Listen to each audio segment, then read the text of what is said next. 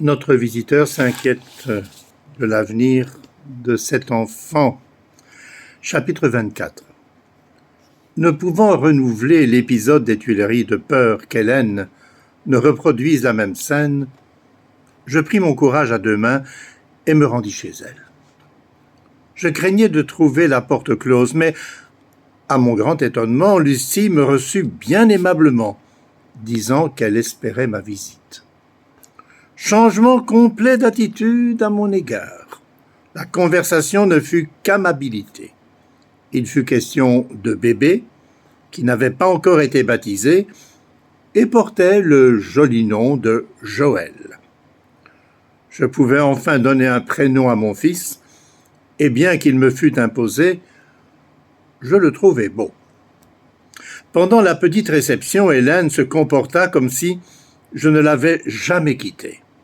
Je pense qu'elle avait enregistré ma personne dans sa mémoire, mais ignorait totalement les méandres de notre relation, et ce, sans aucune notion du temps.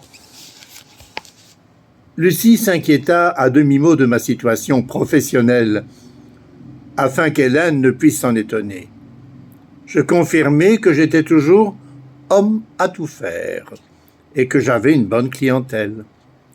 Pendant tout ce temps, j'élaborais un plan afin de revendiquer ma paternité, mais je fus rattrapé par la proposition étonnante de Lucie. Revirement total de situation. Lucie me proposa de reprendre la vie conjugale auprès d'Hélène et de Joël. Elle proposait non seulement le rôle du bon époux et père, mais aussi de régulariser la chose en épousant Hélène. Son argument simpliste consista à démontrer que le petit avait surtout besoin d'un père. Vu l'état de surprise, je fus incapable de donner une réponse immédiate et demandai un temps de réflexion. Accepter cette proposition remettait en question ma relation avec Romain, qui désirait que je vienne vivre chez lui. Pas question de rompre ma relation avec Sylvie et ses vieux artistes, qui représentaient ma principale source de revenus. En ce qui concerne Louise, je pouvais poursuivre mes visites chez elle, n'ayant pas auprès d'elle un planning bien établi.